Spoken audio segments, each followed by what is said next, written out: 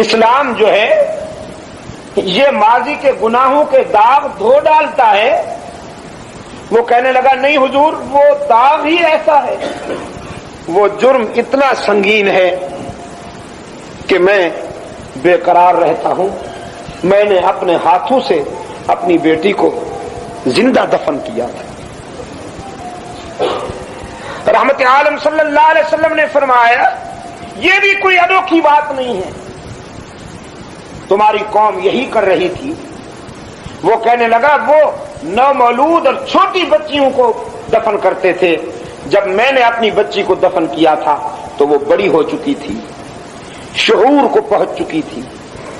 اس نے میرے سامنے زندگی کی بھیک مانگی تھی, اس نے میرے سامنے ہاتھ جوڑے تھے, پھر اس نے پوری ڈیٹیل بیان کی